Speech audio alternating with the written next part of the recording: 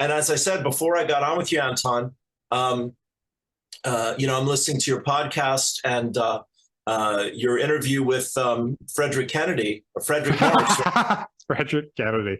I've got Kennedy on the brain. That's my guy. Frederick Yeah. Marx, Carl's cousin or whatever. And he's a bright light. I loved Hoop Dreams. That was an amazing Oh, film. wow. You've seen that. Yeah.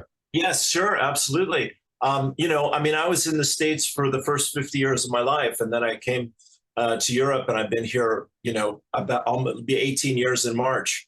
But yeah, we're talking about our charts. We're talking about our connection here. I mean, my story is to relate to what you've just shared, which is so powerful about all your struggles in school and whatnot. So my dad left when I was 13, Oh, and wow. I had my two younger sisters and my mom, and then he was actually murdered when I was 17. So I went straight into my Hamlet experience, in my 20s and whatnot. And I was high every day of my 20s after I left four different colleges. And started working in bookshops, and that's how I was coping with all of that. So If I may pause you for 1 second, yeah, what was your medicine of choice? weed. Yeah. Okay. Yeah. Yes. I get you. I have a very lovely relationship with cannabis as well. But keep going. Well, lovely is an interesting word, but Yeah. yes, Yeah. I've been sober for 35 years now. Wow. Yeah. Yeah. So, I mean, it serves a great purpose, and I respect that. And then at a certain point in my spiritual story, I had this Kundalini awakening when I turned 30. And that Mm. was the before and after moment of my life. I mean, you're coming up to your Saturn return, Yeah. 28, 29, right in there. And and you're doing all this inner work, which I really respect enormously. It's no picnic. So you do the work, you get the goodies, you're on your way. Yeah. Yeah. Absolutely, man.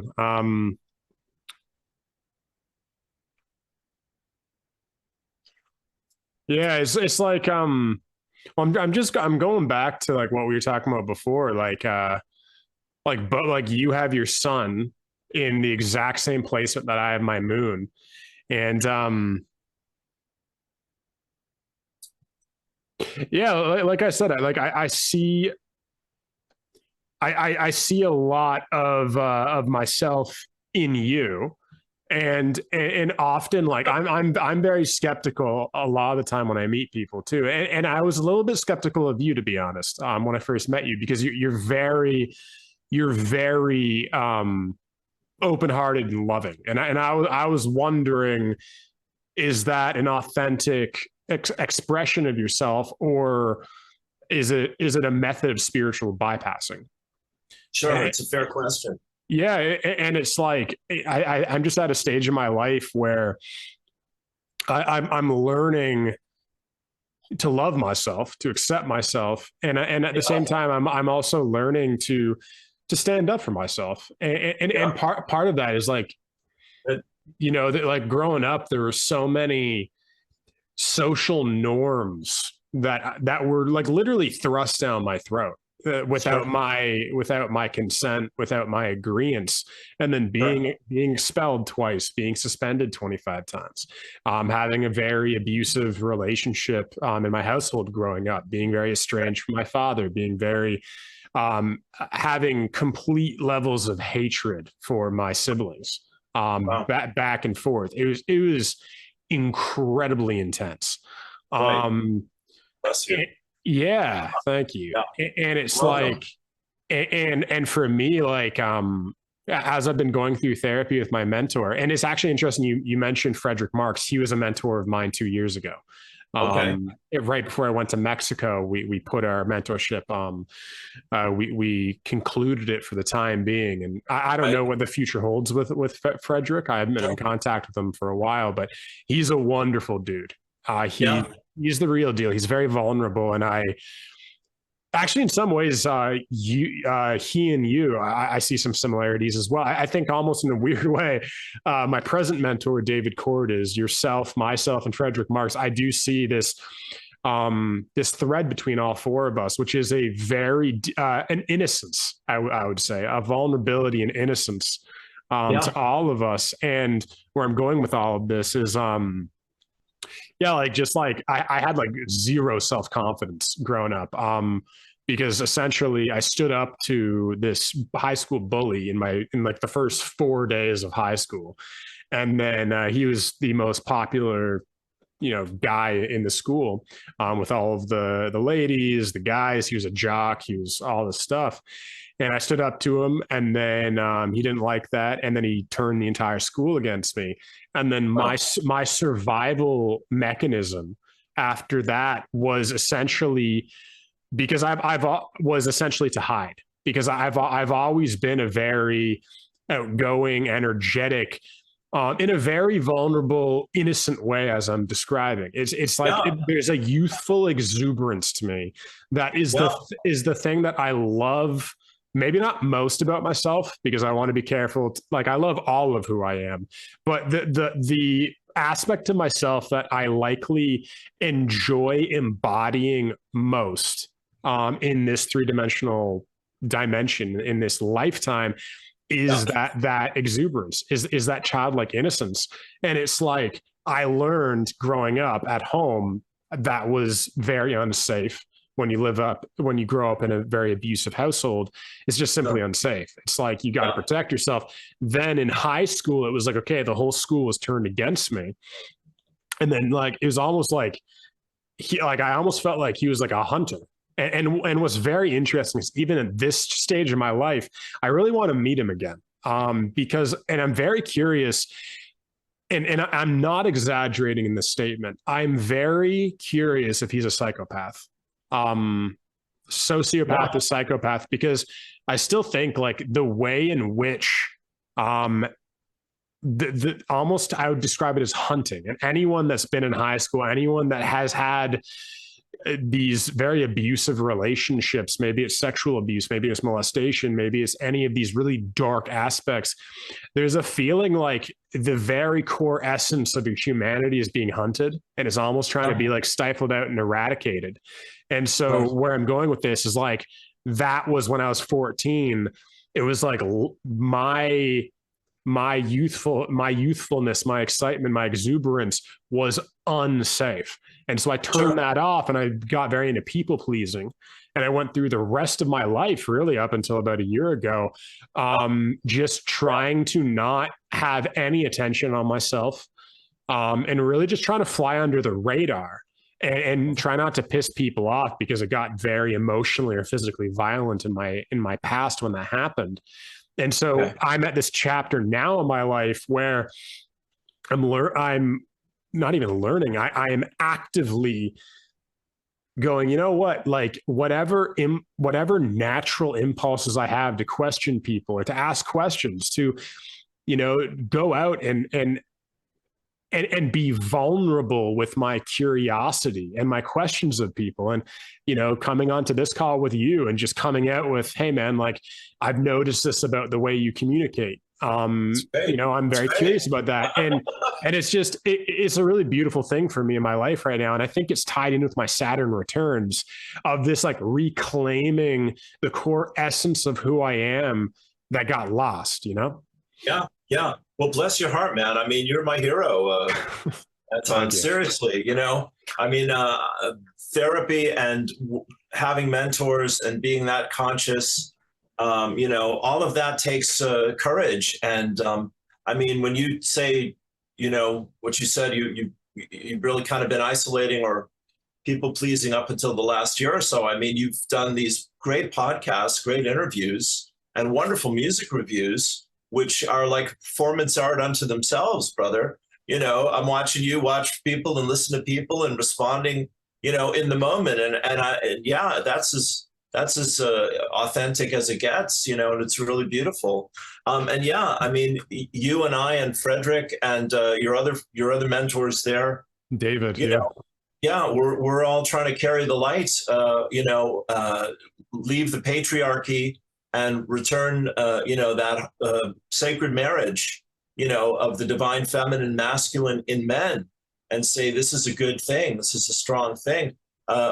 Frederick mentioned Robert Bly. I got to see Robert Bly read a few times, and chat with him. And, he Wow. was a starring figure, of vulnerability and beauty. I do morning prayers and poems, an hour live 4 days a week. And part of that is, what I was inspired about by Bly years ago, which is just put it out there and put it out there again and say it again. And, get to that place in the poem or in the moment, in the prayer where, something magical can emerge. And it's you're doing the same. I feel we have a lot in common, as you've said. It's exciting. Yeah, man. And that's even in your human design chart. When I was looking at it, like you have the, what I would call, you have the full channel of, really, it's almost like the artist. It's like the poet. Because you have like one of the aspects of your personality that's very grounding to you from the perspective of your chart. I don't want to say what your experience of yourself is.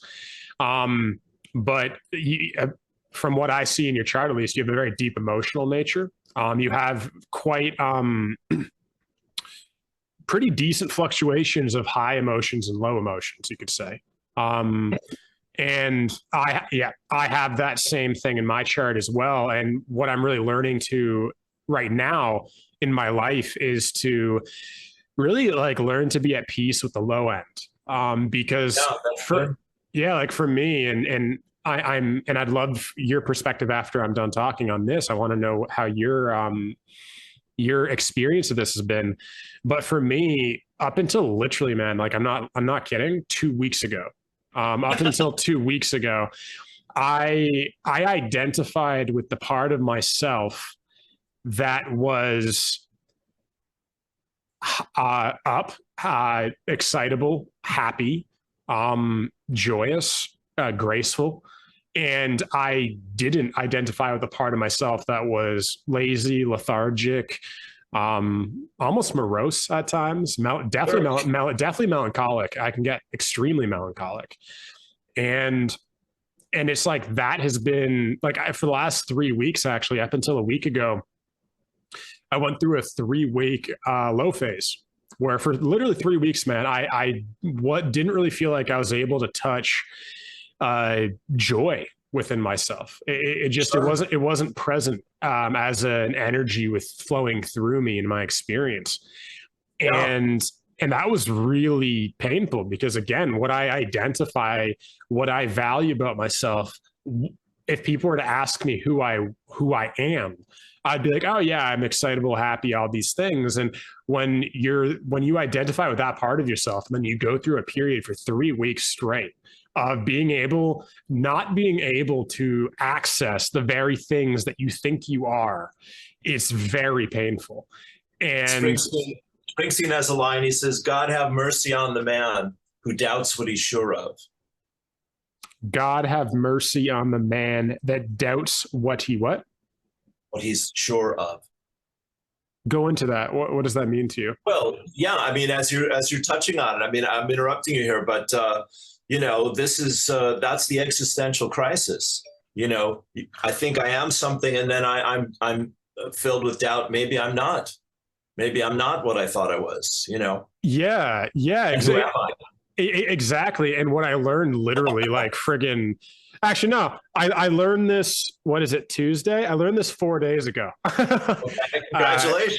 Yeah, thank you. And yeah, what I learned was I'm all of it. I'm not just the highs. It's like I am the beautiful melancholy too. Yes. And it's like, and for me, it's just like I have this mental idea of what my life is supposed to look like, what my interactions are supposed to look like. I was even questioning if I'd be able to, because I was extrapolating in the future. I was like, if I have these fluctuations that can sometimes last for 3 weeks and I don't even know them, where I literally don't feel like I have an ounce of energy to give to people or conversations or hold space. It's like, I barely have enough energy to regulate my own emotional mood and my own energy levels.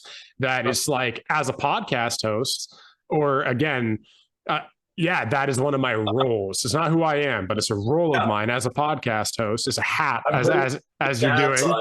Yes, exactly. exactly. And then Yeah, like, and then I didn't feel called to make any music review content. I didn't feel sure. called to really talk to anybody. I went out with a friend a week and a half ago, and we hung out for like 3 hours, and then we were in the car, and he's like, "Hey man, I really enjoyed hanging out with you."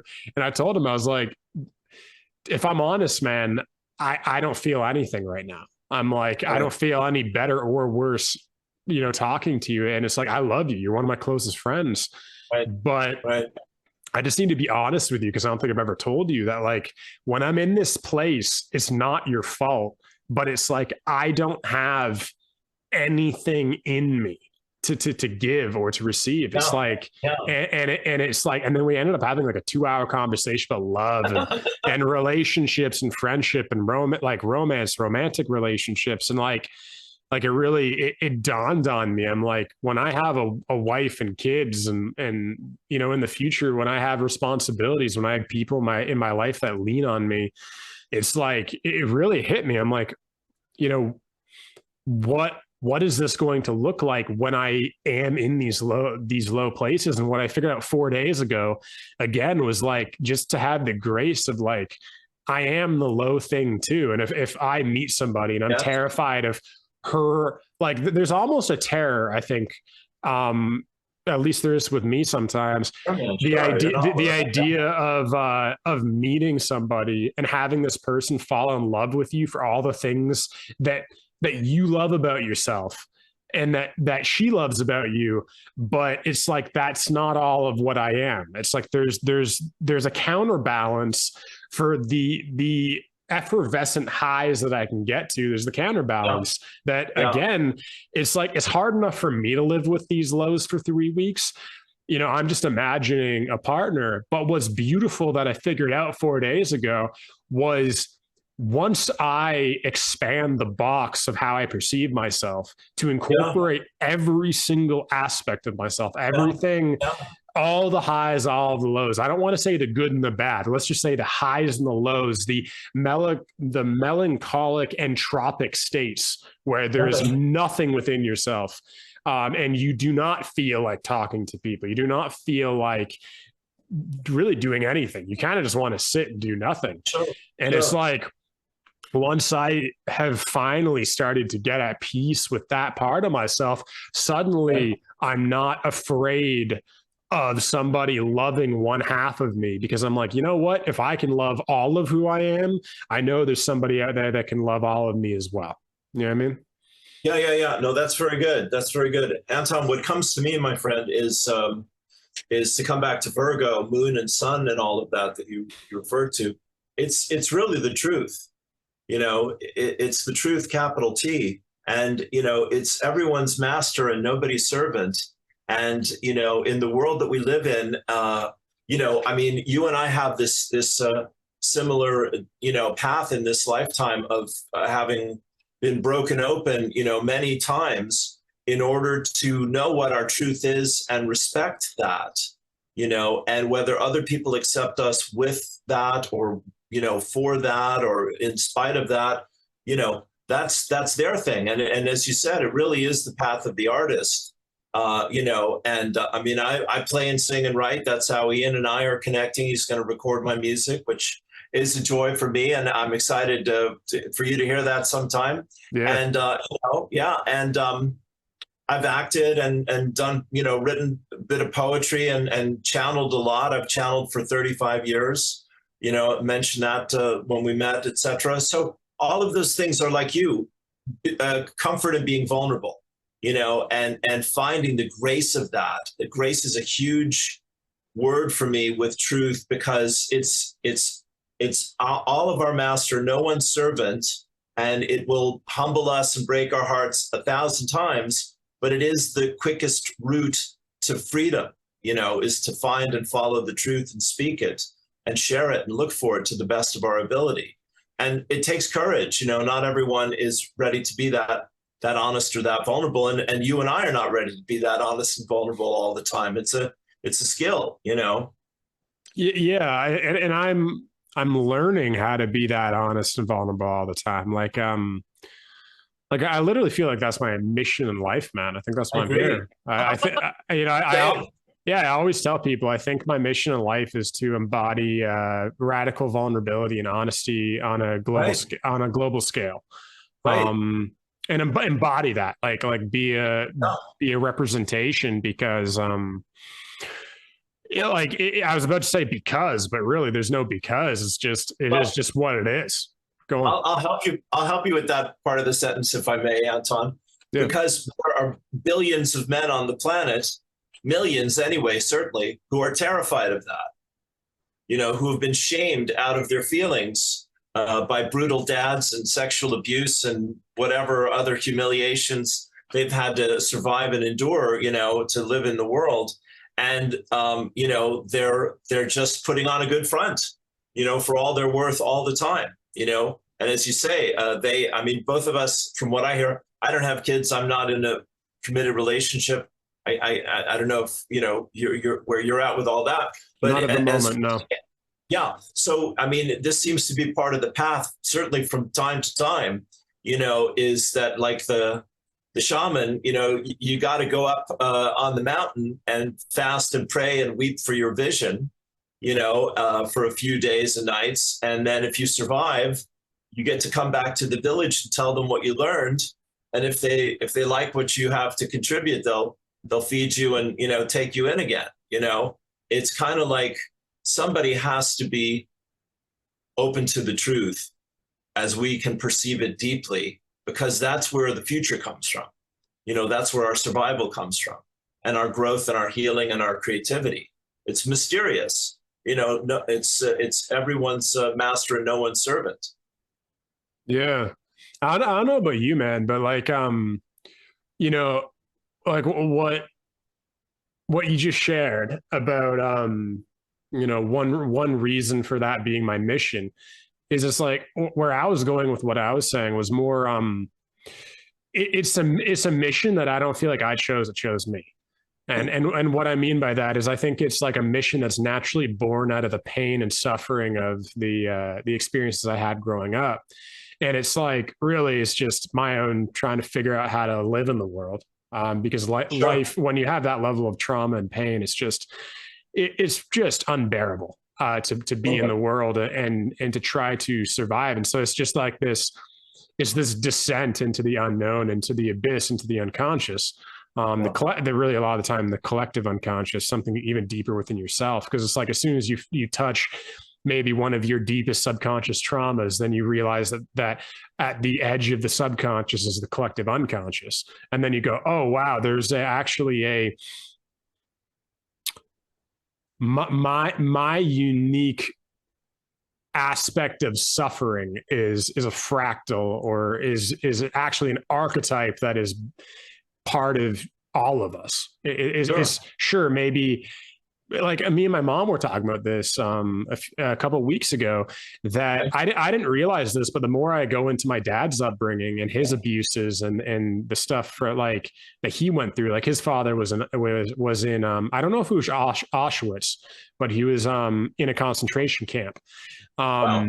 And then when he got That out, is- super heavy stuff, Yeah. super heavy. Like my dad's father was extraordinarily abusive, um, Right. sexually, physically, emotionally, like all of it. Yeah. And it's like, and then my dad was very abusive as well, not to the same extent that his father was. But like, as I was talking to my mom about it, and I've talked to my dad about it before too, it's like, and then I look at my dad's human design chart and I go, holy shit, like there's literally, me and my father, I feel like I'm here to tie up a lot of my father's loose ends that he wasn't able to tie up before he had children. Because for whatever reason, I have a brother and a sister. My sister went through a lot of shit too. My brother has his own set of traumas that I'm not even fully aware of, but his kind of traumas were very different than mine. My father targeted me in a way that he didn't target my brother. All right. And it was interesting because his father targeted him in a different way that he targeted the other like 8 children. I think he was like eight siblings he had or something. I'm not sure, Wow. but it's like Really? Yeah, like it was a very comes from a Polish family. I don't know if it was a farming family. Um, You don't know how many brothers and sisters your dad had. I do, but I would have to go through their names with you. Like it's like Well, that's Maria. fine. It's just a detail, but they're interesting. Exactly. I think it's like 7 or 8. But it's A like lot. it's just it's a lot, man. Yeah, And it's yeah. like and so like I've been like looking at it and I'm like, it's just funny how in this large family he was targeted a specific way. And then he left when he was 16. And so he was targeted a certain way that some of his other brothers and sisters weren't. Um, and then similarly, I was targeted by him because I think I was targeted because I think I remind him of him. Sure. Because my father is a highly imaginative, creative. He has a real sense of a imaginative, creative. You can almost say innocent spark to him too.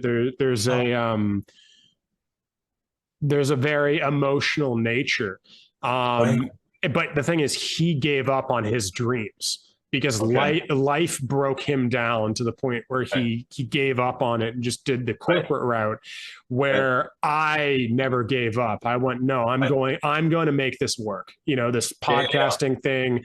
I'm going to have a media empire in the future. I'm going to make millions and millions and millions of dollars, not because it's about the money, but there are things I want to bring into the world that require money to bring those things into the world, especially if I want to bring them into the world with the integrity of not selling that vision out to someone else who will have the money to bring it in. I need to have the resources to be able to bring that thing in with integrity. And Yeah, that's a good word. yeah, and where I'm going with this is like, so it's just interesting that I feel like when I look at my dad's human design chart, when I hear the stories of his life, when I just look at it, like when I look at him as a human being, I go, you're almost like the broken version of me. Like you're what I could turn into if I gave up on myself, which I refuse to do. And I don't even think is I for me, there's an interesting thing too, because as much as it's not even I refuse to do it. It is if I have to live in the world, if I have to live my life where I don't get to do the things that I want to do, I don't think I would actually want to be here. And I literally mean that the suicidal route. And I've danced on that precipice in 2018, 2019. I went through a very close to like my cousin committed suicide when he was 18. So that thematic, that aspect of life, again, has touched my life very deeply. And it's like, and I think that's what pushes me through, because there is no alternative to me. Like going the corporate route and doing everything the cookie cutter way, literally, I cannot do that.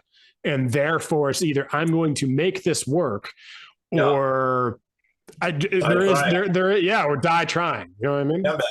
Yeah. Yeah, no, brilliant. Anton, boy, you're as deep as the ocean, brother. This is some powerful stuff. Yeah, no, bless you. I mean, what I want to say, my friend, is that the timing of your life and the timing of us talking about these things, the depth of your studies and empowerment and commitment, is really deeply moving to me. I have to tell you, you're definitely my hero.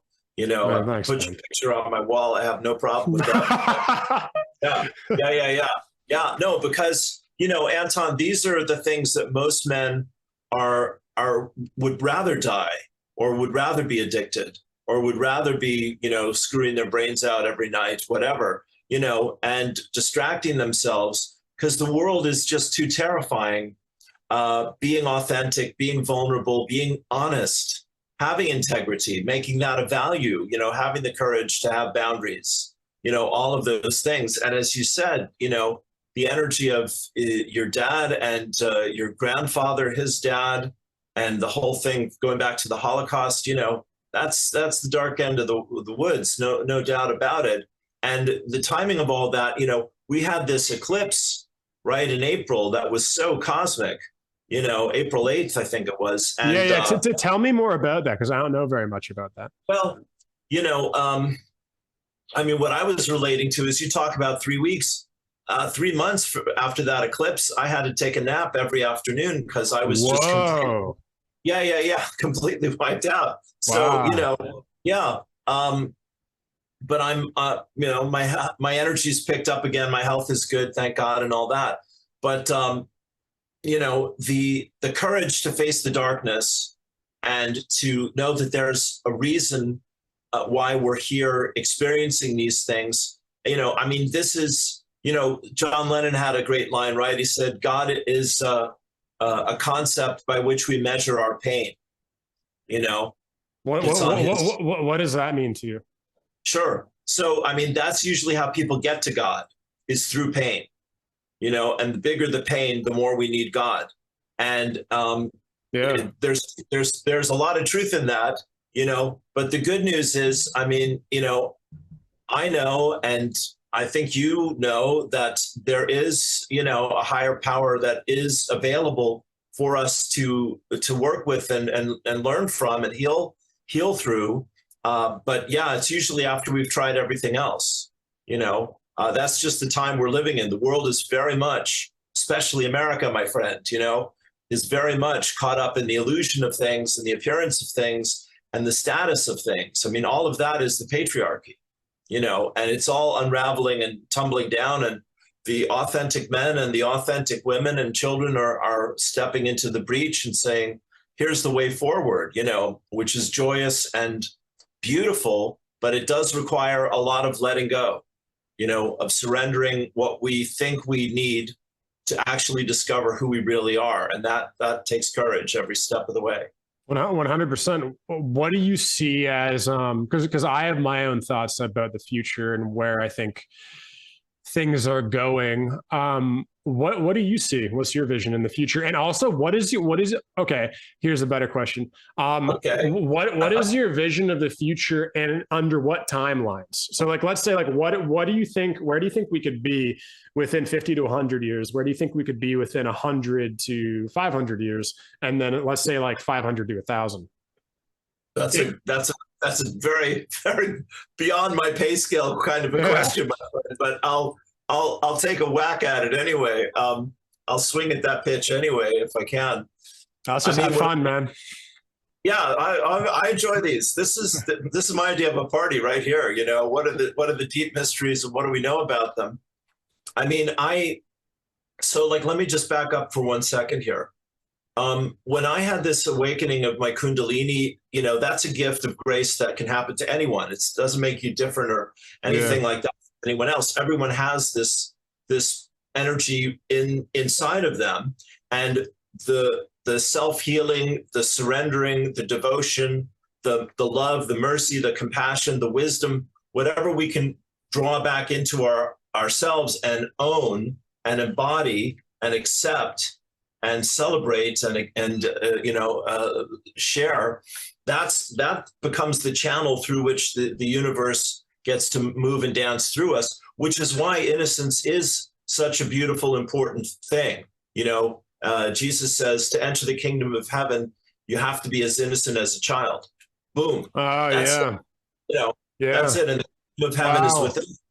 Yeah. So to me, that is the map of the future, is that we've run the game of being the dominators and the patriarchy. And now it's time for the women, the children, and the open-hearted men to say, it's time to heal our human race and to come back into reverence with Mother Earth. I have great respect and love and appreciation for all the indigenous cultures of the planet, and I've met some of them, learned from all of them, and I hear with the deep heart whatever they have to share online these days. And that's why I came to Ireland. Is because after 30 years in Los Angeles, I needed to have some roots and to slow down and to not be all obsessed about the outer world for 5 minutes, and to really explore my ancestry, like you're talking about yours.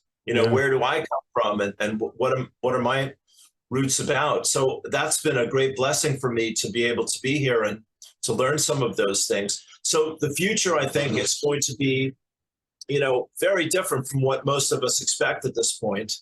But I do believe it's going to be generated from each individual from the inside out. It's not going to be just moving things in time and space any longer, 3D illusions of separation. This is why, we both take on the wounds of the world in the ways that we've each, been called to do, God love us. And then the healing process always leads to art and spirituality and thinking outside of the box. That's where the healing comes from. So I think it's going to be a beautiful, amazing time where people are forced to go within and listen to, trust, and follow their own inner wisdom. And as we learn to do that, to sit with anything, as you said, it's all part of me. It's, I'm vast and contain multitudes, said Walt Whitman. Everything that's human. There's nothing human that any of us are separated from. The Holocaust, or winning a gold medal at the Olympics, or winning an Oscar, or having the biggest album in America, or whatever. All of these things are there for us. It's just it needs to be in alignment. Your word, it needs to be in integrity. The inside and the outside need to be consistent. And when they are, to me, those are the masters. Those are the master teachers of how to live consciously and with dignity in our world, which is something that's been under a lot of attack recently. Yeah, I love what you said about Christ. Can you please share that quote again about innocence? Sure. He says, "The kingdom of heaven is within us, and in order to enter the kingdom of heaven, one needs to be as innocent as a child." Yeah, I agree with that profoundly. Yeah, like I was having a conversation with my mentor, on Friday, and we were talking about masculinity and femininity, and we were really trying to get to the very bottom of like what precisely is the masculine and the feminine, and he asked me, he's like, what is your core my core value was authenticity, and then my core need was vulnerability. That was it. My core need was vulnerability, and his was sensitivity. And then I asked him, I was like, what do you see the difference between those two things? And we talked about that. And then what we really got down to it is that essentially when I use the word vulnerability, I'm really talking about sensitivity. I'm talking about being vulnerable enough to allow life to penetrate you so deeply that you feel every aspect of it. And it's like you need an incredible amount of courage and strength to be able to allow life to actually flow through you fully, in a distilled manner, in an undiluted manner. Yeah.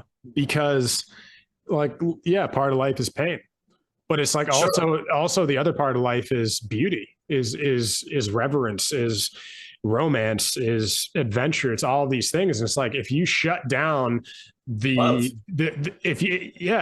another one. It's like, if you shut down the parts of life that are difficult, it's like you can't wall off life from certain things and then stay vulnerable to others. It's like, no, it's like you either wall up or you don't. And if you wall up, you wall up to everything until you're numb. And then people get, and then why do people cut themselves? People cut themselves because they want to feel something, because they're so fucking numb. It's like, like a lot of people, I don't think about it that way. It's like, no, like they're trying to feel something, because they feel nothing. And it's like that's when David said his core need was sensitivity and mine was vulnerability.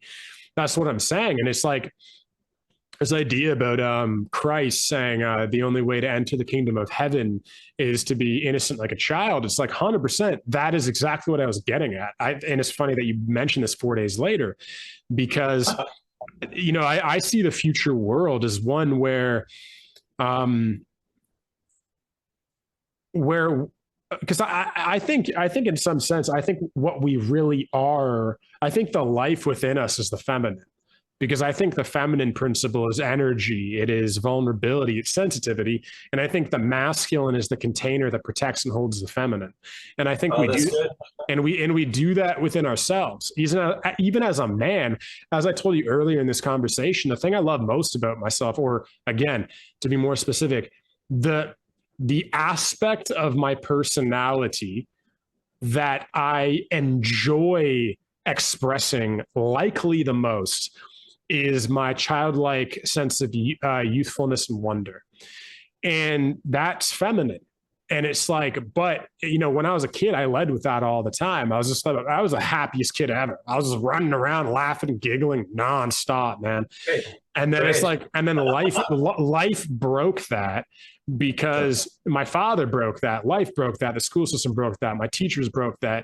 And I'm not saying that to play the victim, but it's literally, when you're a child, like you're 0 to 7, you're just learning through osmosis. You don't even have fully self-reflected awareness yet. It's like you're in theta brainwave, just brainwave, Yeah. soaking everything up. And it's like, you don't have any defenses. So if your environment's fucked up, if your dad's fucked up, or not saying my dad was fucked up, but if there's abuse that is just an everyday occurrence in your life, it's like you soak all of that up and it breaks you. And then it because you don't have the masculine, like, your father and or your mother is supposed to. I don't usually like saying shoulds or supposed to, but it is very effective if your parents can create a container where they protect the core essence of who you are. It's like, I think that's what a family is supposed to do. That's what a community is supposed to do. A tribe is, they're supposed to protect the innocence of the child, exactly, of the child, so that they can grow up and enter the kingdom of heaven that you speak of. Because if the innocence is broken at a young age, if it is literally dangerous, physically, emotionally, to be innocent, you deny yourself the ability to allow heaven on earth in your experience. And it's like, that is exactly, that's why I think that is so important. But go on with that. Brother, sure. Sorry. No, I'm with you 90% there. Anton, the thing is, until we get to that place in our lives where our community and our family and our relationship and who we think we are and how we've lived up until that moment is found wanting, we really don't have a spiritual search that's worth anything. Yeah. Until we that crisis, you see. So in the I Ching, crisis is danger and opportunity, and this is where, like, what my guides have been saying is we're in a planetary healing crisis, and that's what started to come back to looking in the crystal ball. So if I may pause you for 1 second, is in I Ching is hexagram 36 crisis? I don't know. You're anyway, keep going. Yeah. No, you're the man for that. I'm still learning all that, and I'm not studying it like you are, which is brilliant. It's part of our wonderful connection here to be reminded of these things, which is great. But I'm just saying, the gift. Here's the grace. And maybe even to come back to what is a Virgo and what's Virgo about archetypally, it's to appreciate, beauty, wisdom, love. Let's not gloss over the love. It's really, love is the key to all healing and all manifestation, to my mind. And so when we come up against an impossible situation, that's what God has brought into our lives to get us to start looking for God in earnest. And that's where the planet is right now, from time to time, every 5 minutes, and people's perceptions of reality. So, it's pushing people right to the edge. Again, this is the grace of what we believe and what we know. And then when we need to really have a miracle, when we need to really forgive ourselves and each other and ask God for mercy, that's when it gets very real. And that's when you see that we can love our brothers and we can love our tormentors and we can love the people that hate us and want to mistreat us, and etc. And if we have the courage to start living on that level of things, then it really is a new reality. And that's, to me, that is our human destiny. And we're going to be revealed of that in the next few years, I have no doubt. That's where we're moving quickly. Yeah, there's even there's a prophecy in human design, and I think we're supposedly going to be going through a very intense metamorphosis. I believe it's in 2027.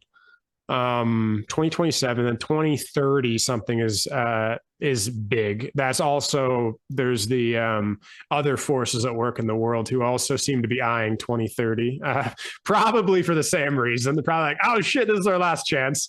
Like if we don't get them by 2030, the whole game's over, which I think the game's over anyway for them. But I believe that too. Yeah, no, you're right, brother. And this is why we're connecting and why Ian is doing his work. And we're both fans of him and supportive of him and being blessed by his inspiration and example. And people like you and I and Ian and Fallon and all the rest. This is the gathering of the tribe right now, so that as the big game unfolds, which I really think it's going to kick up during the American elections here in a whole new way, however that needs to manifest, there is going to be a lot more of people thinking outside of the box, and we're going to have a lot more opportunities to say, have you tried this? Have you tried that?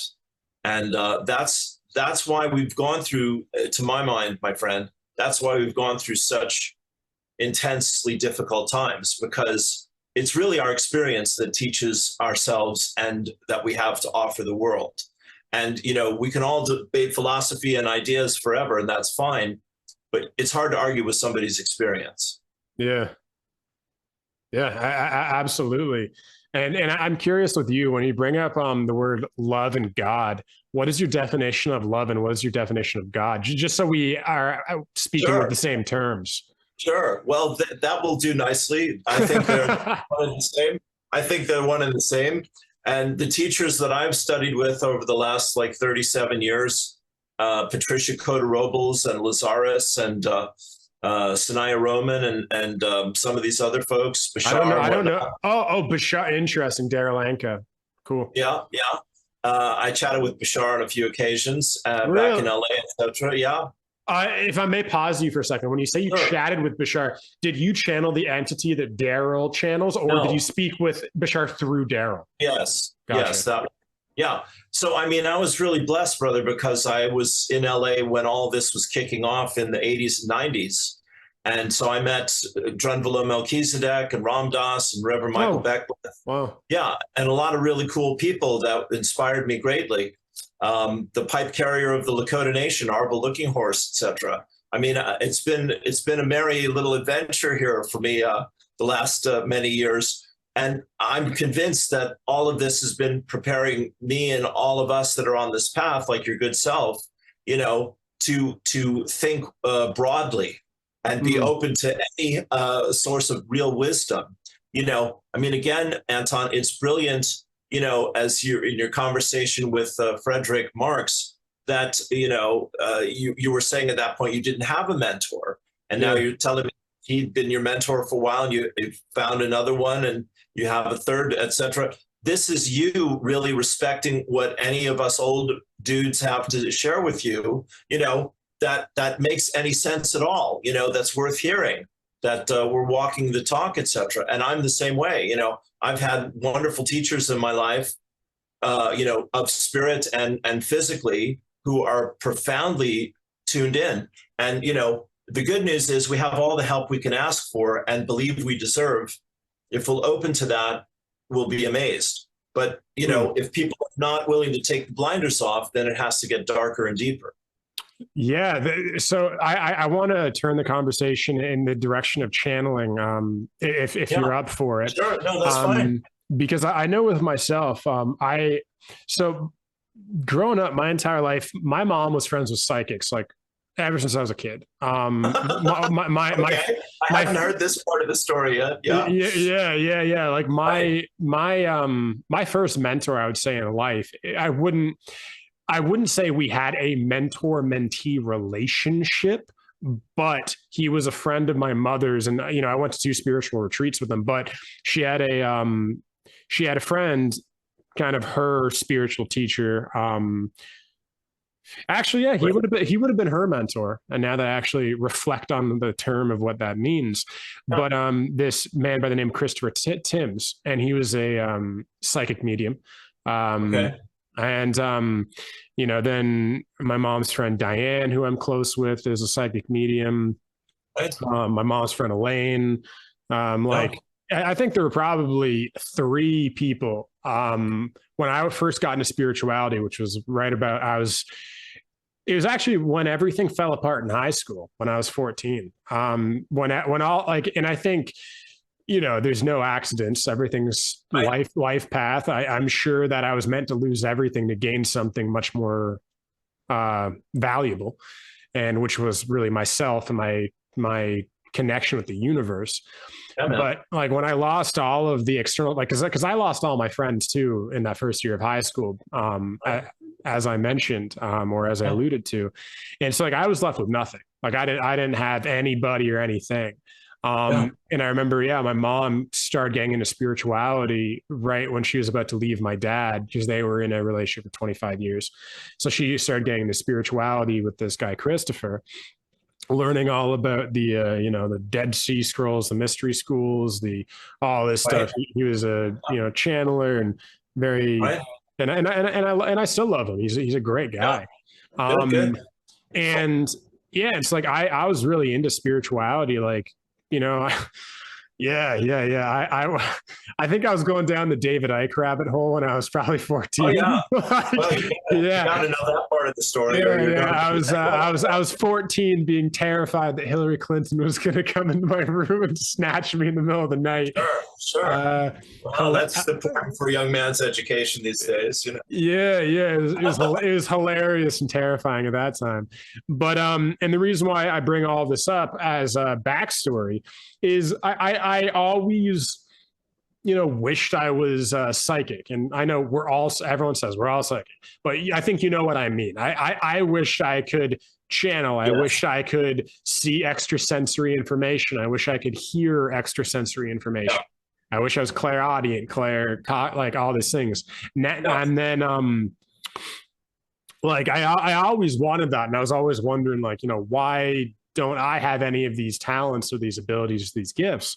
And then back in 2022, December, I had my first channeling experience, and it just kind of came in randomly. Like, and it's very interesting. It actually, like, would you agree that cannabis usually lasts for about like 3 hours smoking, kind of like from roughly start to the end of it? It lingers, but after about 3 hours, it kind of like, let's the put it this high way. is gone. Yeah, there's no right or wrong way with any of that stuff. It's very subjective, but let's say roughly. I mean, if you're saying, Lou, is it okay if I channeled 3 hours after I got high or whatever? It's fine by me. Whatever works. Yeah, and the reason why I bring that is because that channel thing happened about 3 hours after I got high. And where at that point of the high, I didn't really feel like I felt still loose. There was that there's the relaxation, which by your smile is probably indicating what I'm about to say, which is I think my body needed to be relaxed and my mind needed to be relaxed for whatever to come in. Yeah, your body's fine. Your mind is the problem or the solution. Yes, exactly. And what I mean by body specifically is, in my opinion, the body and the mind are connected. And if the body is stressed, the mind will be stressed and block the natural connection or channel that is naturally flowing through you if you choose to tap into it. So a stressed body will make channeling likely much more difficult. Especially too. Well, impossible, because it's not a matching vibration. Spirit is exactly state of peace and love, and if we're going up and down, I'm just, it's got to match up. So when it matches up, then it happens. Exactly. And Right. and so about 3 hours in, so my body was relaxed, meaning my DNA transceiver was relaxed with my mind. I was able to tune into just randomly just started pouring into me. And I Right. remember I was just like fucking uncontrollably sobbing. I was crying. I was ugly crying. That's how I knew there was Yes. something Well, real to it. those are lovely healing moments, my friend. I've been there many times. Yeah. Yeah, Trying to get that. and Yeah. I was channeling all this information about DNA and about the Big Bang and about the cosmos and about reincarnation, which seems to be a thing for me. It seems whenever channeling avenues open up, it seems to be the information I get is very much related to DNA. And reincarnation. Those seems to be. I'll just get like flooded with information about those concepts and about the nature of DNA and how that interacts with things like astrology and the planets to create the manifestation or the You're simulation. very, yeah, I could see that. I mean, you're very scientific, Yes. which as a high compliment, in your understanding of these systems of astrology and gene keys and human dimension, etc. All of that. That's not the term. How do you call it? Human. Human design. Thank you. Yes, I mean that was wrong. Yes. Yeah. So human design. So yeah, we're going up and down, like this all the time. And when you can chill out, then there's the match, and then contact, boom, things can happen. Basically, if I can help you, with this at all, it really is a question of meditation. The Hmm. more you can meditate, the quicker you will open to channel, and the more you'll trust your intuition, and you'll be psychic. I mean, you're in a very, high state when you're doing your, listen to your music and Yeah. Anton. Yeah, I noticed that. I'm like, I tap into shit that I'm like, how the fuck do I know that? because you're in that relaxed state, you see, which is great.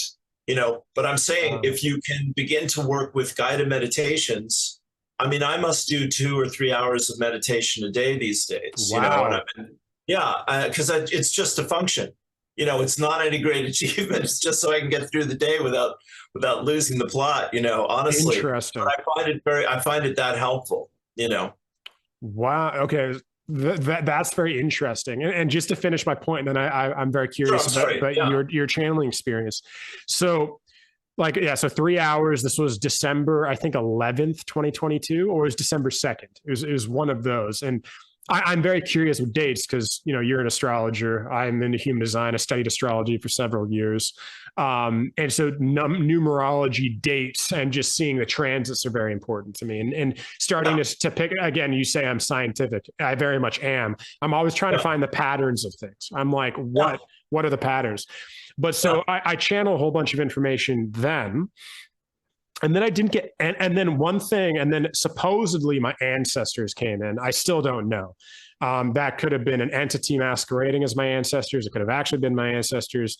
No clue. And one thing I picked up from the very beginning, and I'm actually happy this happened to me, is I was very skeptical from the very beginning. Like I remember I was channeling one time and it was giving me information. And I was like, who are you? And like, and are you what you say you are? And then it just went blank and it stopped giving me information. And I was like, Yeah. interesting. Okay. So clearly there are various ways to tap into information. Well, yes. I mean, it's hard to receive and be suspicious at the same moment, you see. It's not a Yes. good fit. I mean, I don't mean that with any judgment at all. Please understand, we're all programmed to be on guard and, protective. And as you've been saying, I mean, I want to say, Anton, here's a man talking about vulnerability more than I can recall any other man in years, in this conversation, truly. So again, I just really celebrate you and appreciate your courage. So yeah, it's all about matching vibration. And the thing is, like music, you want to kind of let it flow through you. And then tomorrow you can look at the notes and decide what's real or where it came from or what you believe, et cetera, et cetera. There needs to be a bit of space between those two states of consciousness, especially when you're just learning how to open to channel in that way. I hear you, and to play devil's advocate, I'm just curious to look at this Alrighty. from another I mean, perspective. Anton, I will. Yeah, so because it would seem to be like when it comes to channeling, the way that I see it, there's because I've done vocal channeling. So the first time I did channeling was through my voice. As I was speaking, you could say in tongues with different voices. Okay, yes. At one point I spoke with like a Texas accent or something. It was ridiculous. I was like, what is going on? Just different voices. All ridiculous, man. Yeah. That's what it's about. You know? And so I've channeled through my voice box. I've also just channeled purely informationally, just psychically. Now, the way I see it, there is a massive level of discernment that I seem to look at with channeling, because especially if you're doing something like a coming through a voice box, that is a very intimate relationship with an energy source. And if I don't know where the energy source is from, what its intentions are, it's almost like, because also, so just to cinch up that thought, is like, okay, you're letting something navigate its way through your physiology. And then another time I was high, this was years ago. And I remember I was having a quote unquote bad trip on cannabis, and I remember this voice pops in my head and it says, "I own you and I control you." And I said, "No, you don't." And it said, "Watch me." And then it just made me like convulse for 20 minutes. Like just not like just I couldn't stop, literally to shake. It wasn't shivering, it was shaking. Sure. And that's scary. It was terrifying. And it kept showing me these, it was like, it kind of reminded me of this idea of like hell, where it's like it felt like it was torturing me with these mental images. And the moment I would surrender into the torturing, it would switch it. And then that's when I realized, oh, true suffering or true hell is never ending new versions of terror. Because I realized with my mind, I was like, cool, I can surrender to any of these things, but it's the manner in which the moment I would get to that place of surrender, it would just like switch it, morph it into something else. And then it would get really meta with me, because I think all of these things, they know who they're interacting with, or it knows, this energy does. And I already almost am I'm always dancing on the precipice of psychosis, I think, anyway. And with the idea that reality is more illusory than I think. And one thing that would play with that is it would give me this never ending, constantly shifting sense of images that I would surrender into, then it would switch. And then on top of that, I would be getting the message that the reality that you think that you're waiting this out for to return to, the sober consciousness of Anton, that is just as much of an illusion as the terror that you're going through right now. And that, like that, to this day, anytime I have a quote unquote bad trip, that is generally the theme that it gets overwhelming for me, is when I'm faced with the idea that the very thing I'm trying to wait out, or the very thing I'm trying to return to ground myself to, might not even exist. But what were you going to say? Well, that's a lot. That's very good. Well, this is what the negative ego does. You know, it's the part of us that wants to destroy us. You know, interesting. There is such a thing, and you're describing it very well. And that is its nature, which is that it wants to, you know, again, God have mercy on the man who doubts what he's sure of. You know, if I don't know what truth is, I'll believe anything. This is the great quote from Hannah Arendt talking about mind control recently that was being posted a lot, just to relate to all of this in that way. But here's what I know. Sorry to interrupt. What was the quote just before you move on? Yeah. So it's her saying propaganda is not to get people to believe the lie, but to get people to not know what is true and what is a lie. Which is where we live right now in society. Yes. Which is precisely what the mass hypnosis is. Exactly. This is why we're having these conversations these days, because everyone is trying to wake up. from this mind spell.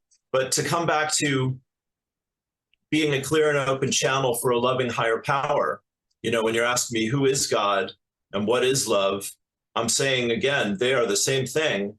And until we surrender to that, which is a leap of faith, then the madness of the world and the madness of our own negative ego is running the show by default. You see, so again, this is what's so fascinating.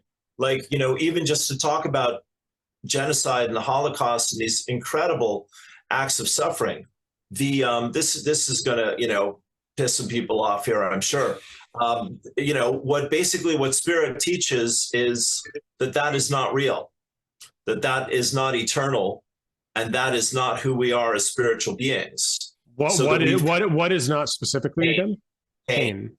Okay. Pain is not real. Because if pain were real, it would be eternal. And so one of the teachings that I've studied to learn these things and remember these things is a book called A Course in Miracles. Yeah, I have that right there. Oh, good man. Okay, so you know it. So the prelude is, it says, nothing real can be threatened, nothing unreal exists. Herein lies the peace of God. And this is the heart of the paradox that Jesus is talking about, to live in the world, but not of the world.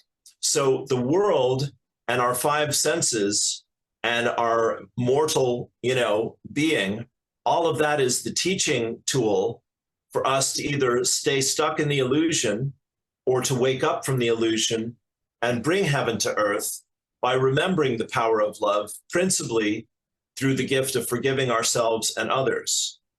And when we can't, don't, or won't forgive, then we are trapped in that hell where nothing is safe and we never have enough control or power.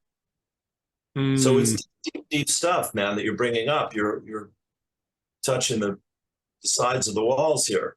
Yeah, man. And it's also making me think, like, part of my scientific mind that you speak of, that I'm very familiar with in myself, is it's definitely partially due to fear. A lot of it's curiosity, adventure, and there's a lot of high ideals in my pursuit of mapping out consciousness. But I can't ignore the fact that also fear is driving that. Yeah, science is just a tool in service to either an agenda of control and manipulation or an actual search for the truth. Exactly. And the more people search for the truth, the more mystical they become, because we are spiritual beings having a human experience, not the other way around. Absolutely. And where I'm going with this is that what was very interesting about the mind is, like, as I'm sharing about these, really what these psychedelic trips, these bad trips, you can say, quote unquote, are really doing is it's showing me my deepest fear. And my deepest fear is that nothing exists. That is 100% my biggest fear. Of course, that's everyone's deepest fear. There is no loving God. There is no eternity. Yeah, exactly. And so much of my pursuit, and again, what's interesting is I have my moon in gate 47, which is all about conceptualizing past experiences. And then and then as you go deeper and deeper into your past experiences, you realize that all of your past experiences go deeper and deeper into your subconscious until they get to the collective unconscious, and then that is just another word for God, source, universe, cosmos. The archetypes that are on the edge, precipice of all that is. Right. No, that's very good. The mind is not the heart, however. No. You see. All right, so the heart is the master and the mind is the servant, but we've reversed it with the negative ego and the patriarchy and the left brain, and being attached to the illusion of separation of time and space and materiality. This is what all the indigenous people are trying to help us to wake up from. Yeah.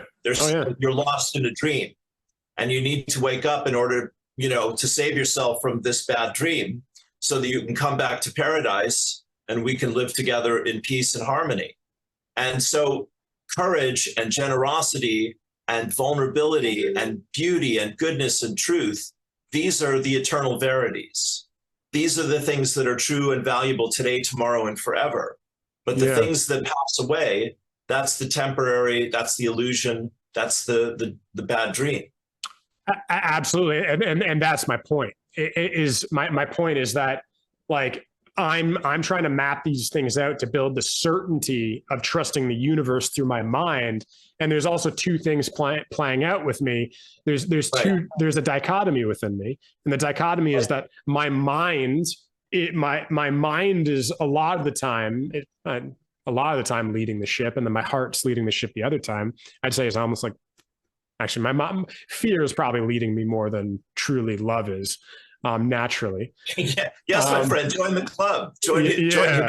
yeah, But and I'm saying, Anton, as you surrender, brother, into your heart, when you're having these revelations and you're crying ugly tears of deep pain and sorrow and grief and rage and hurt and sadness, that is the clearing of your heart and the healing of your mind.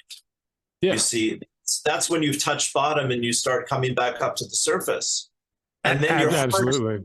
your heart is open, you see. And when your heart is open, spirit can come right in and work through your mind, you see. And your ancestors, for sure, are there any moment you're having such a powerful experience, because they're not in time or space.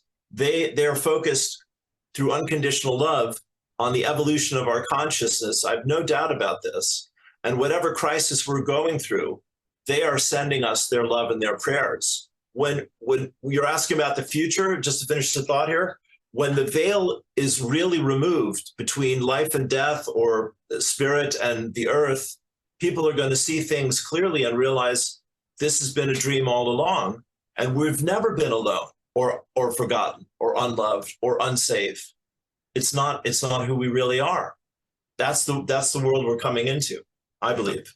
I agree. And just to finish this point, and then I actually want to go into what you said. I already lost what I was going to say about that.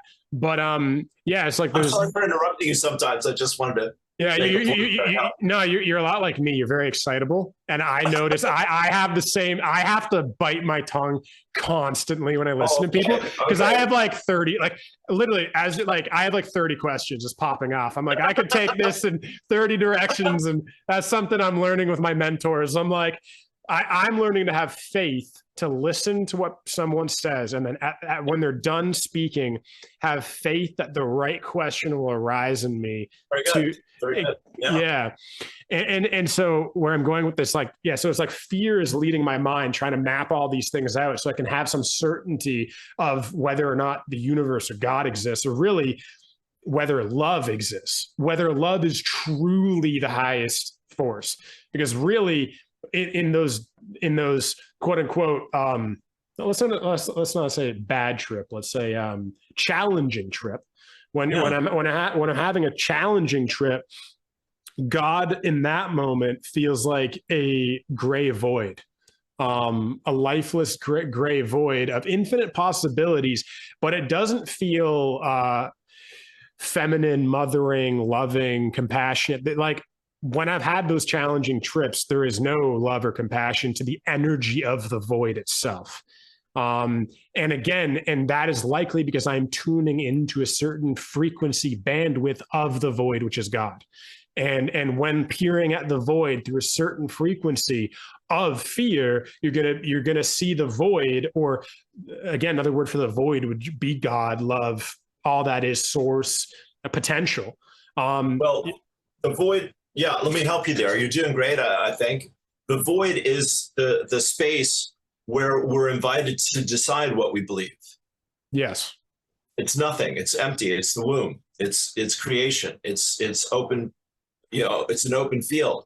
So when our God is fear, we have more struggles and more pain and more loneliness and more hurt.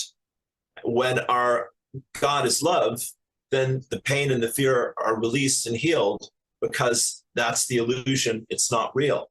And what we do when we surrender is we always come back to love and peace and nurturing, because that is the intrinsic core of who we are. It takes a tremendous amount of energy and will to keep resisting the truth, lifetime after lifetime, over and over and over again. What my teachers, and we've all done it, what my teachers say is we've finally come to the lifetime where we're willing to awaken to loving ourselves. He's saying in this lifetime. Yes. Why this lifetime? Why is it so special? Is it because of these prophecies and frequencies of the universe? Yeah, I mean it's the precession of the equinox. You know, these 26,000 year cycles. Right. Right. Yes. The yugas that the Hindus talk about. You know, and it's just that humanity has been. You know, there was Lemuria, there was Atlantis, and then there's the modern age. Is the short version, evidently. And, you know, we were all part of those previous civilizations. And this is us recreating the same ideas, technology being a god versus, you know, the human spirit and Mother Earth and the divine feminine, which way are we going?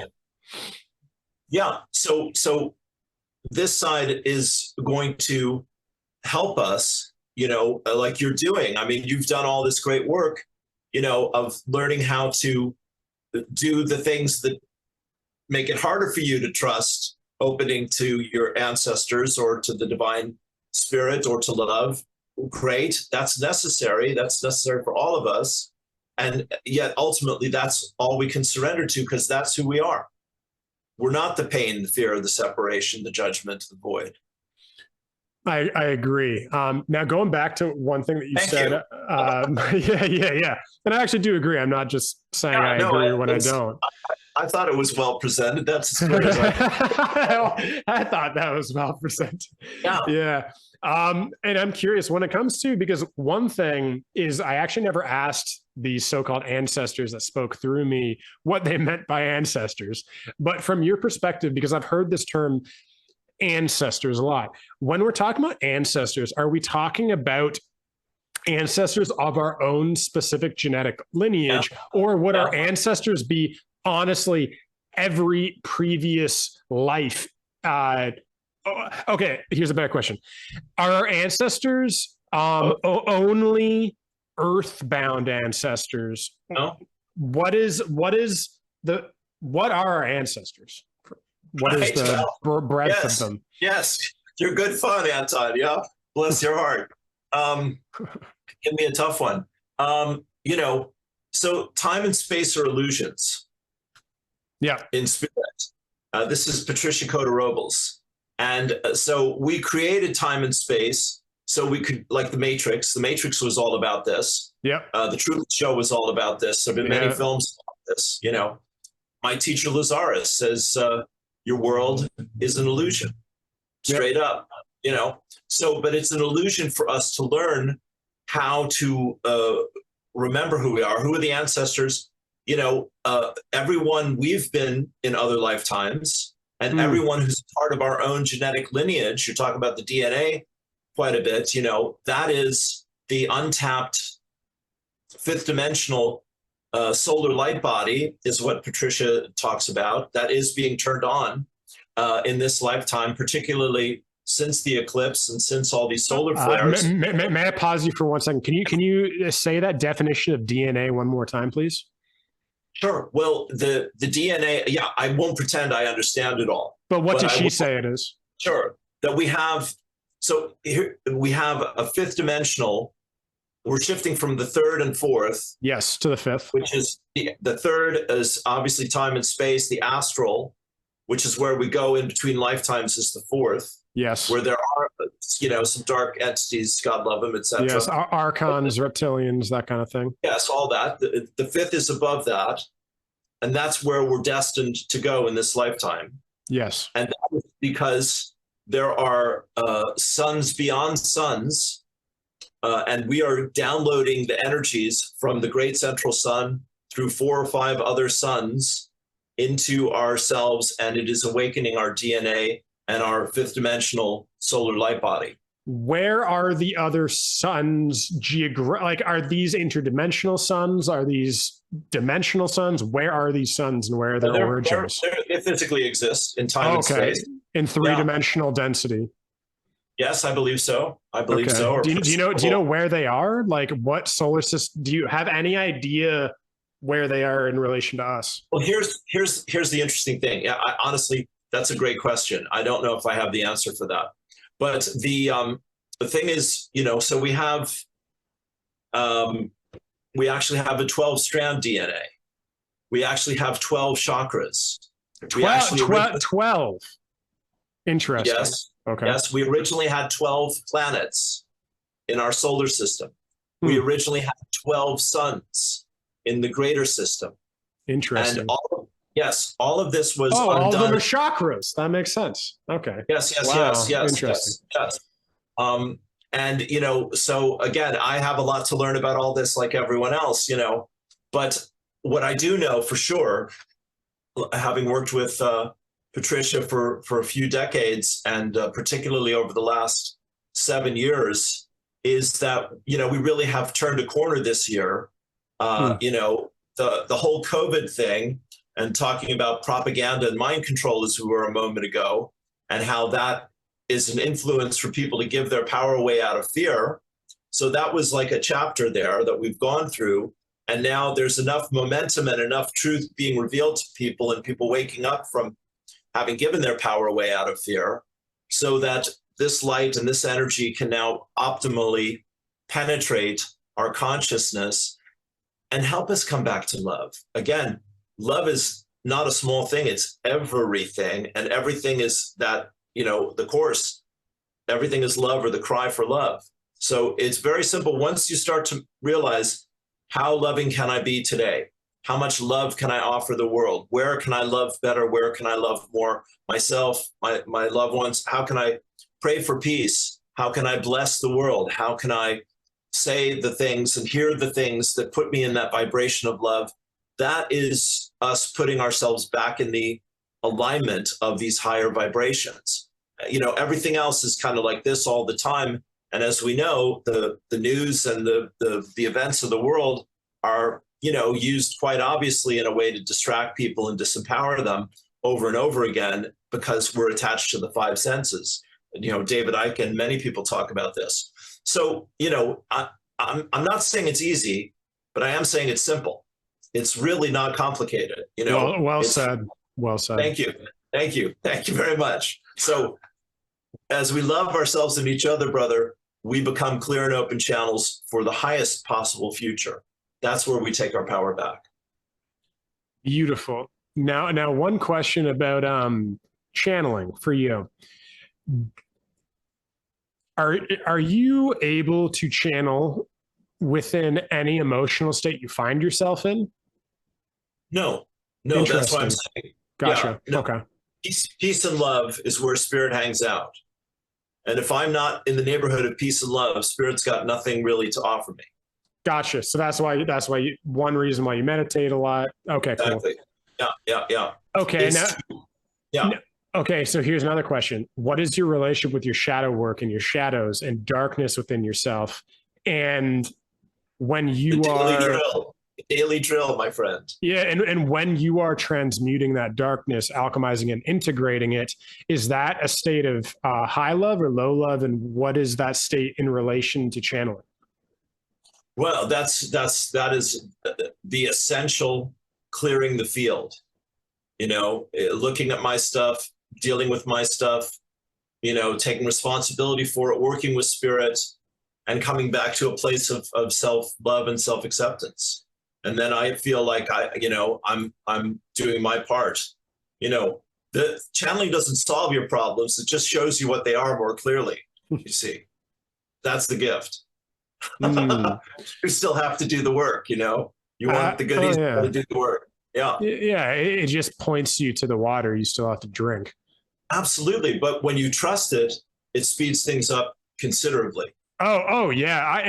I've noticed, and I'm curious of your journey, because do you know the work of Robert Edward Grant, or do you know Robert Edward Grant? Oh, yeah, I'm a big fan. I follow him. Yeah. I think he's I love him too. I'm going to go on an Egypt excursion with him someday. Yes. I promise. I love him too much to not do that. Yeah. No, that's great. How about Robert Comber and the Lost Octave? Never heard of him. I get to raise you. I'll see you, Robert Edward Grant. Give you Robert. Yeah. So Comber just wrote a book. Grant has had him on. They went to the Great Pyramid, the King's Chamber together. Wow. And together they discovered the hidden astrological symbolism of the king's chamber. And this inspired Comber, who is also a student of the I Ching, and this is Mm. called the Lost Octave. And he's another one to know about. His book has just been published, and he's fascinating as well. But like when you're talking about Grant, brilliant. There's a mathematician who is a mystic. Yes. And so he can bring them both together, and that is definitely part of the future, to have both sides of the brain working in truth, whatever that is. Amen to that. And Yeah. there's a question I had for you. Let's see if it Well, arises. you're a delight. I could chat all day, but I'm sure we both have things to do. But this is a pleasure to get to know you and hang out. Yes. Okay. So let's. I'll have one last question, then we'll finish Sure. start finishing up here. Sure. It's great. I think it was something to do with shadows. Well, that is absolutely the fastest way to grow and heal, is a willingness to look at, face, and take responsibility for our fearful projections on each other and ourselves. Right. Okay. So yeah. This was my question. So I had that first channeling experience December 2022. I didn't have another one until November 2023. It might have been November or December. And then my next one was May of this year, a couple months ago. That one was huge. That one led me like a quantum upgrade in my mind. Like it's like that channeling thing happened, and then now my brain can just process stuff at like 10 times the speed it used to be. It's like it literally is like just leveled up my mind in a ridiculous way, and my intuition. Well, the more you open your heart, you see, the clearer your mind becomes.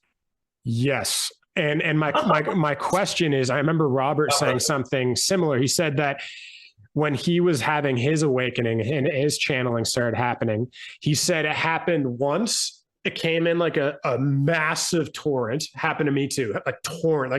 Like days of I just had to write. I wrote 30,000 words in 1 month from channeling. It was wild in May.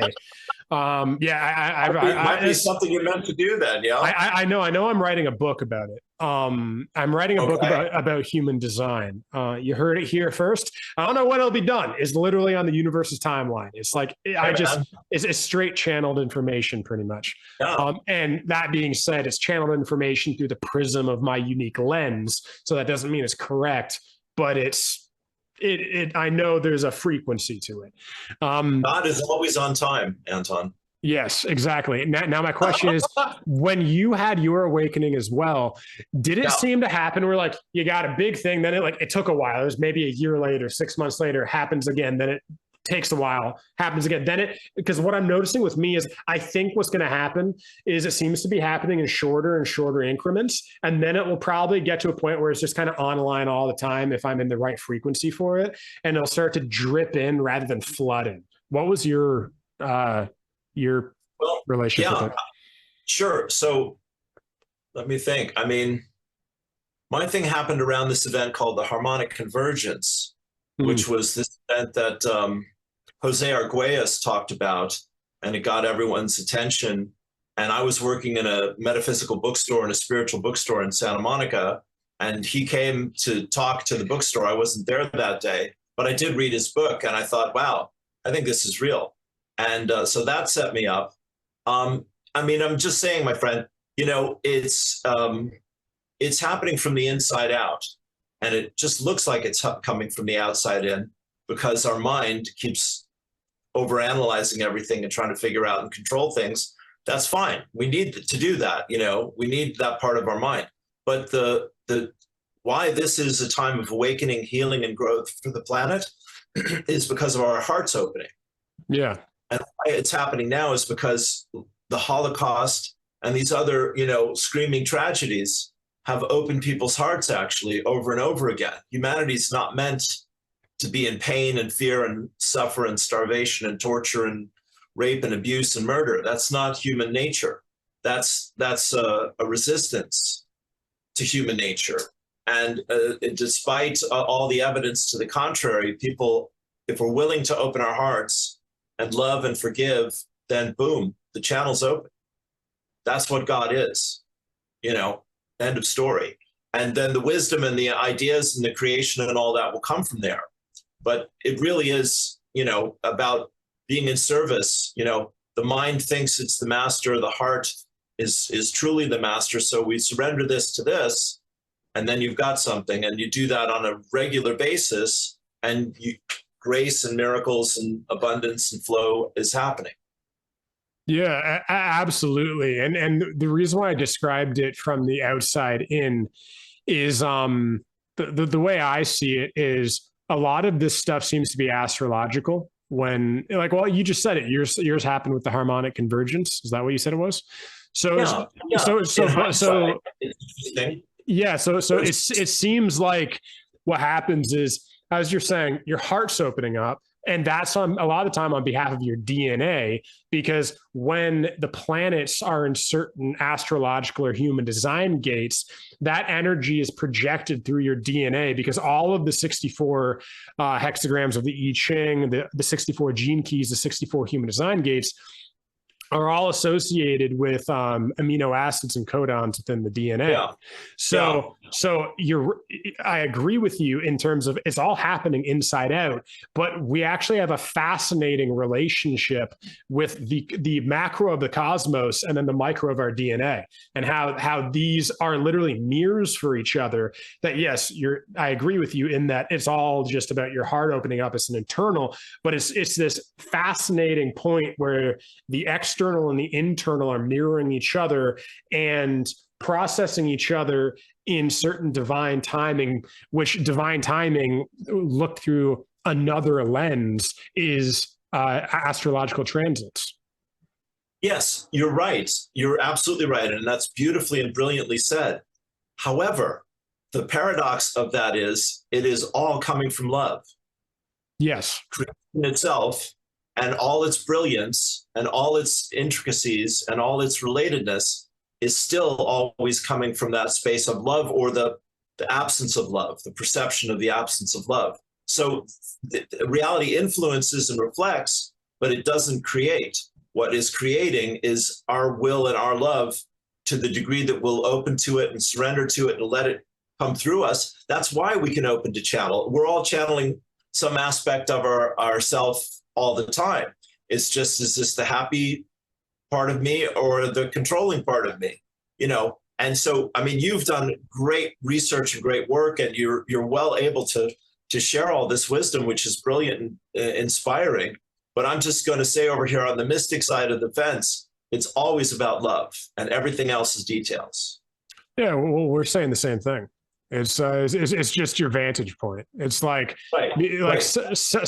everything I'm saying is a three-dimensional construct, but as what you're saying, we live in some people say 12-dimensional reality, other people say other things. So it's like, as you go up, there is just love anyway. So yes, love created everything. Love created the planets. Love created the universe. Love created everything.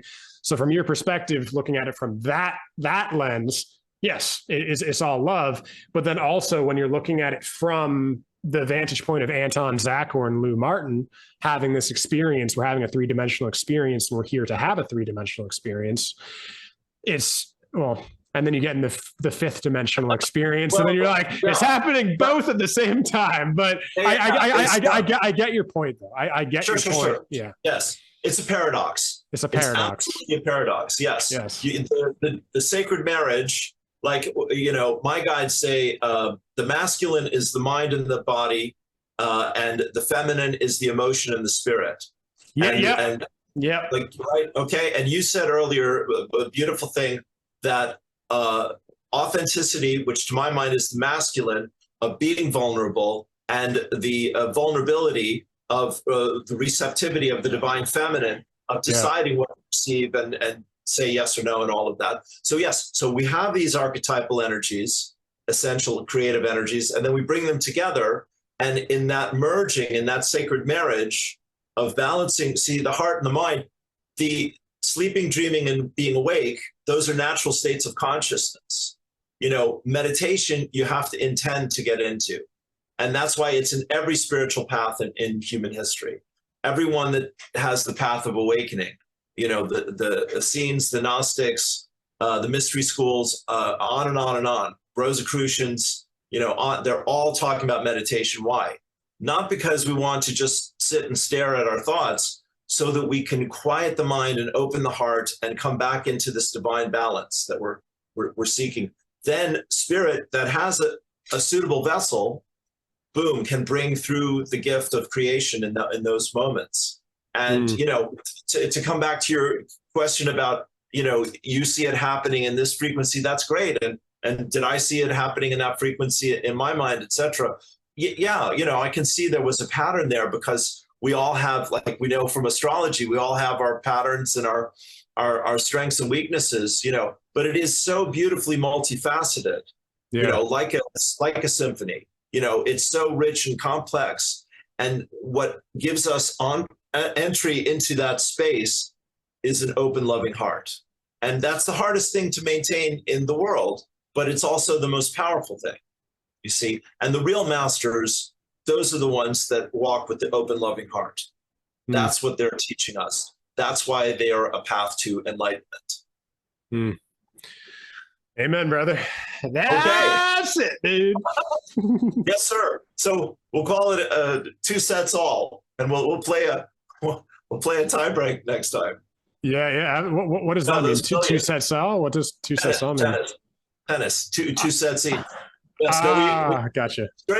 It's great. You're a delight, my friend. You're a brilliant teacher and a great asset to all of us. And I'm so grateful to know you and be a part of your story here for a few moments. I'm really grateful. Thank you. Hey, thanks, man. And one thing I just want to say, like when I was looking at your human design chart before we talked, yeah, it actually made me a little bit emotional thinking about you. It was because I was like looking at your messages and like I don't know, just like all the smiley faces. You're always just saying these nice things.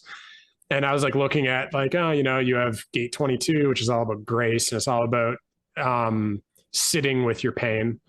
And then, what we were talking about, sitting with so like you have gate 22, which is about sitting with your pain. You have gate 47, which is about sitting with your fear. And I'm like, this guy is like really just facing a lot of important stuff. And then like I was just like tapping into either my projection of you or something deeper within yourself. But yeah, I was just feeling into your heart, man.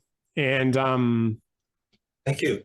like it was funny. Like I was looking at you like you were like a 14-year-old kid. It was really interesting. It was almost like I could like tap into that deeper innocence within you. And I just remember kind of being like, yeah, this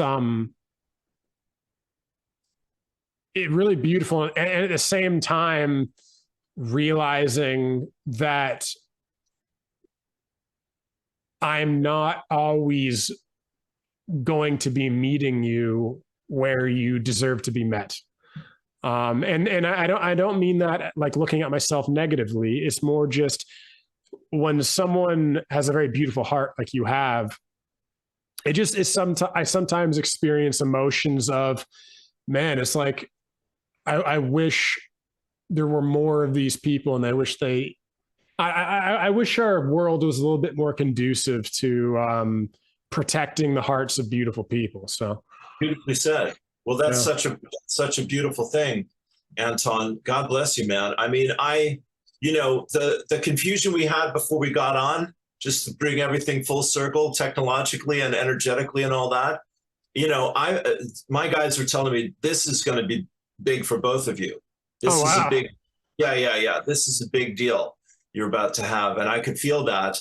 And it is because, we are on a very, very similar journey, 100%, brother. And it's a very challenging one at times. And, I'm 40 years, your senior over here. And I'm telling you, it's still, there's some days when I have to fight to put my feet on the floor, it has its moments for sure. But again, my friend, we are this is a divine timing, you and I meeting here today for sure. And I'm saying with Ian and all these other lovely people and Fallon, et cetera, just amazing souls. The world is about, we are what the world does not know about. You see, the light workers of the world, like you and I and Ian and Fallon and many others, we are what the world does not know. And we're carrying these messages and these codes and these, wisdom teachings, et cetera. And people are going to go, wow, I need to know this. I need to understand this. And I need to take this on. And that's the chapter we're coming into the second half of this decade, is people seeking us out for what we've been learning for lifetimes. And it's a real privilege. And sometimes it's an unbearable burden. And the good days are when we can appreciate the bigger picture. And you've given me just such a great blessing here today, my friend. Thank you for your time and your wisdom. Appreciate you. Thank you. And hey, man, we signed up. We signed up for it. We signed up for the hard times. So, and yeah, before we jump off, so I'm assuming, potentially incorrectly, so this will likely go on your YouTube channel. Yes, if you'll send me the link, it's your recording. Yeah, I will. I'll edit it. I'll send you the link, and then I'm also going to upload the audio version of this on my podcast as well, because we won't be competing for the YouTube algorithm. So we'll do that, and then with that being said, so when this is going to be going on my podcast, so please share with my audience just any links, things you're working on, all of that stuff. How can people find you? What are you working on? Bless your heart. Boy, you're just spoiling me now. Bless you, Anton. You're a good man. My thing is Awakened Spirits Network, which is on Spotify and YouTube. And my page is on Facebook, and that's where I hang out. I do lives 4 mornings a week. And then I do interviews like this wonderful one that I've just been blessed with bright lights like Anton. So come find me, and I'll happily connect with anyone who's out there. Beautiful. And now it's my turn. So now for all of Lou's audience, so pretty much the best way to find me would be on YouTube, The Anton Show with Anton Czachor. Just type in Anton Show. That should come up. Also, Anton Reacts. That'll be the easiest way to find me, because that's much bigger than my podcast. And then thirdly, if you want all of my links, simply Linktree/Anton Czachor. So that is linktr.ee/ANTONCZACHOR. And that will have all my links. So back to you, Lou, to finish up the last comments. Well, let's just say peace and blessings to everyone on this journey here with us. Your heart knows what your mind struggles to believe, is the quote from my guides. And the other one is, how good can you stand it? Because that's what we're here to find out. Thank you. Awesome. Yes, sir. Peace and blessings. Much love. Much love. Peace. Thanks, Lou. Take care, everybody. God bless.